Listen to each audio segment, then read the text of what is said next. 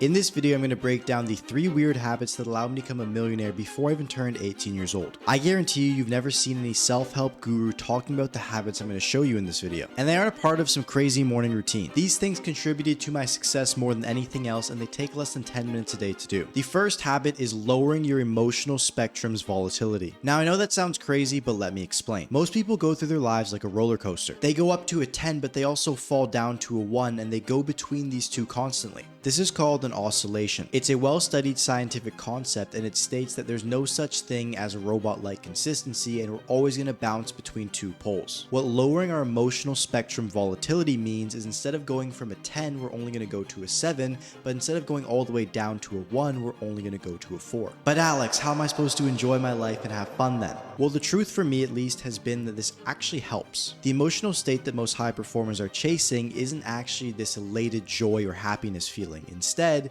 it's the peace of mind and freedom knowing that you are completely good to do whatever you want. When you live between the 4 and the 7 range, you're usually always in this state. Now, the reason why this habit also allowed me to become a millionaire before turning 18 years old is because it is like a superpower in business. Now, I said earlier that you can't actually achieve robot-like consistency, but this is the closest thing to it. It's very easy to execute on the plan you have and do the things you already know you need to do when you're not constantly flying between the 1s and the 10s. When you are this level-headed, becoming logical and consistent is extremely easy, and because of this, we see all of the world leaders have these same traits. Some famous examples are Marcus Aurelius and his concepts of stoicism, or a guy like Newman and talking about how he's jaded from seeing success. Now, in order to actually implement this into your life, you have to be conscious of your inner voice. We are not trying to change the emotions that we experience. All we're trying to do is change our perspective on the events that are happening, and because of that, different emotions arise. A classic example of this I still use to this day is the I have to versus I get to. Oftentimes we take the work that we do completely for granted and we'll say, oh, I have to get this project done, or oh,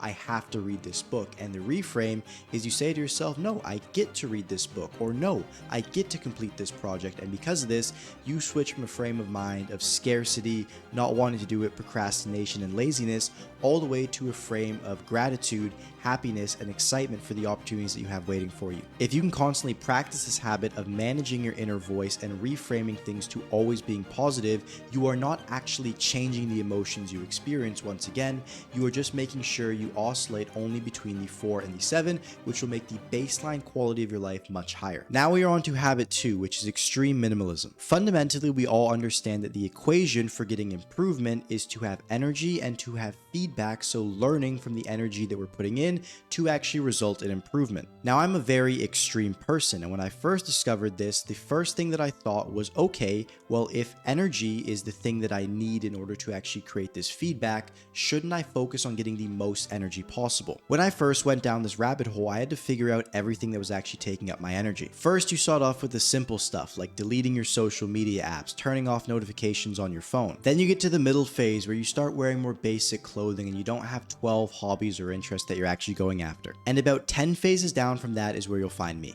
I'm dead serious when I tell you I do not have a bed frame. I sleep on a mattress on the floor, and I do not own a couch. The only appliances that I actually have in my room are in this content studio right now. I can continue listing off thousands of these little optimizations, but ultimately my line of thinking is what can I delete that is taking up my energy or bandwidth in any single way, shape, or form.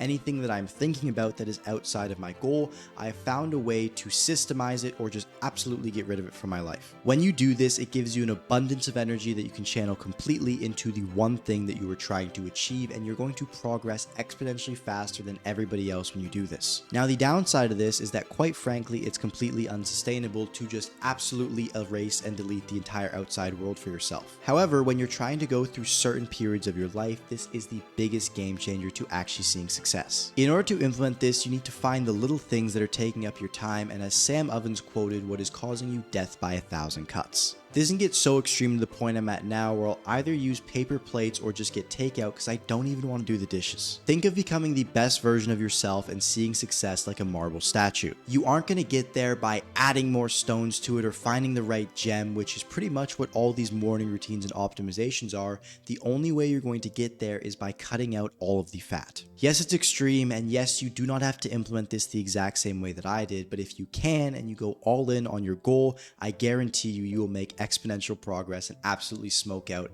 everybody who's not willing to do this. The third habit is reading my self-alchemy every single day. I read through this slideshow right here every single morning right when I wake up and right before I go to bed. The reason I do this at those specific times is because they are the most impactful times both for your brain and reaffirming in your memory both subconsciously and consciously. When you do it in the morning, it begins to pre-frame and pre-sway your brain to start thinking about all the things you're going to do in the day when it comes to actually achieving your goal. When you do this before bed, it allows you to start thinking about your goals, things you want to achieve right before you drift off in what's called theta state. The biggest benefits I've seen from this is oftentimes you'll have amazing ideas right when you go to bed, and in addition to that, what's also going to happen is everything that you hear and everything that you think is going to be reaffirmed far more deeply and straight into your subconscious mind, which will allow it to become actually embedded into your character and who you are. Now, the untapped aspect to this that gets a little bit woo-woo is lucid dreaming. When I started reading this paper right here before bed, I noticed that I would start dreaming about things that I was actually doing in my workday.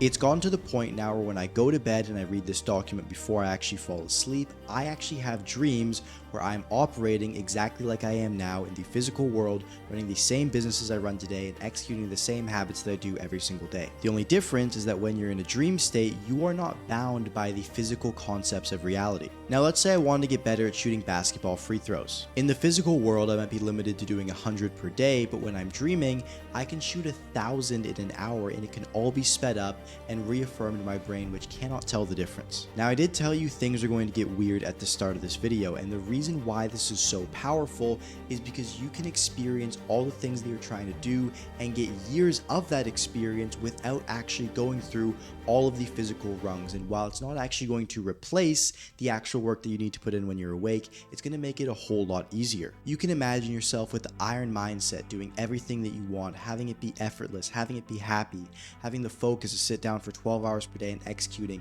and it can all become a part of your character that once again your brain cannot tell the difference. And because of that, when you wake up and you experience reality, you go in as the same person that you were when you were dreaming. Even if you do not remember your dreams, just the simple fact that you are reading this before you go to bed means that it's going to allow you to still reaffirm those things subconsciously and see these same benefits. Now, I hope the time that you spent on this video is worth the value you got in return, and I will see you in the next one.